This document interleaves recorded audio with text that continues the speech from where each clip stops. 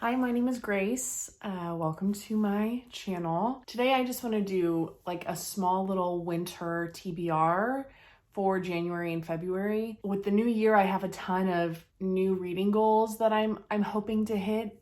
One of them being reading off my physical TBR and like trying to whittle that down a little bit. These are the books that are on my physical TBR that I would like to read like by the end of February.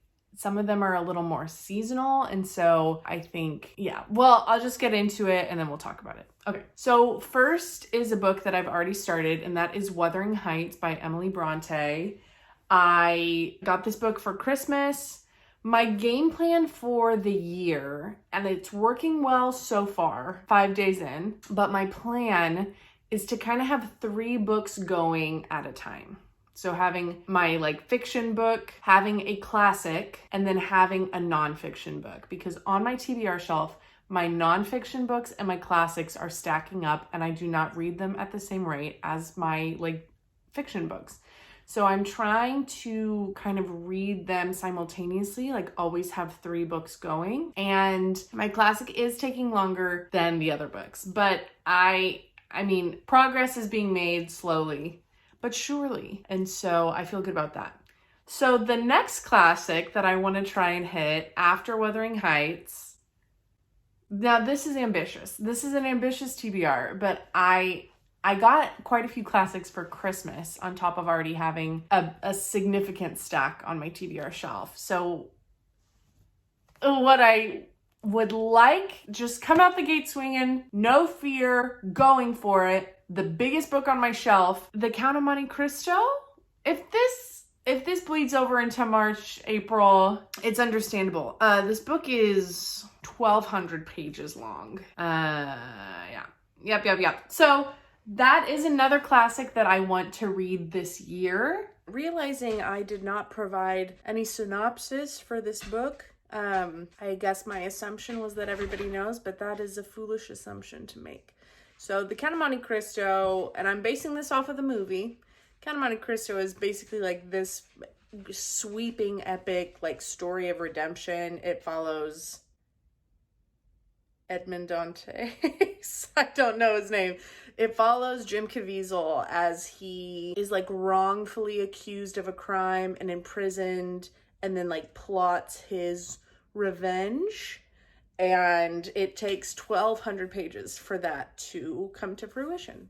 So I'm excited. I think if I divide it between like 2 or 3 months and just really consistently kind of have a game plan for it, I think it's doable. I think I can do it. Okay, I can do it. So another nonfiction, this is the first one. The first nonfiction, this isn't even the first, it would be the third. Okay, here we go. A nonfiction that I want to read this winter is In Cold Blood by Truman Capote. Mainly because the word cold is in the title. I have got to be honest with you. But it's kind of like a true crime about a murder that happened in this town, and Truman Capote just like went and interviewed a bunch of people, as far as I know. The New York Review of Books called it the best account of an American crime ever written. So, sounds good. Okay, and then to work on some more nonfiction, I want to read Me Talk Pretty One Day by David Sedaris. Actually, Anna, I think it was one of her favorite books. There's another Sedaris book that Anna really loves.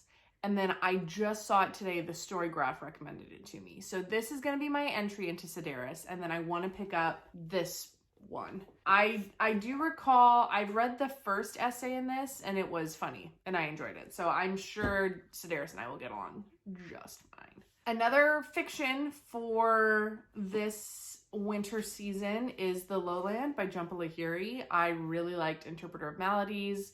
I'm hoping to read more of her backlist, and so I picked this up from my local indie fall towards the end of the year last year. And I don't know, it's kind of calling my name from my shelf, so I'm ready to dig into this soon. It's The Lowland is an engrossing family saga steeped in history. The story of 2 very different brothers bound by tragedy, a fiercely brilliant woman haunted by her past, a country torn apart by revolution, and a love that endures long past death. Moving from the 1960s to the present and from India to America and across generations, this dazzling novel is Jhumpa Lahiri at the height of her considerable powers. And then last, this is a book that I have to read this winter because if I don't, I'm going to unhaul it. And that is Happiness by Aminata Forna. This was a Storygraph recommendation, and then I saw it at Half Price Books, so I picked it up because it was like $8. And this screams winter to me. It might be set in the winter. I really know almost nothing about this book other than it was a Storygraph recommendation, and I want to try the Storygraph recommendations to see how strong and effective their algorithm is. And so I picked this up. It's been on my shelf for almost 2 years now, I think.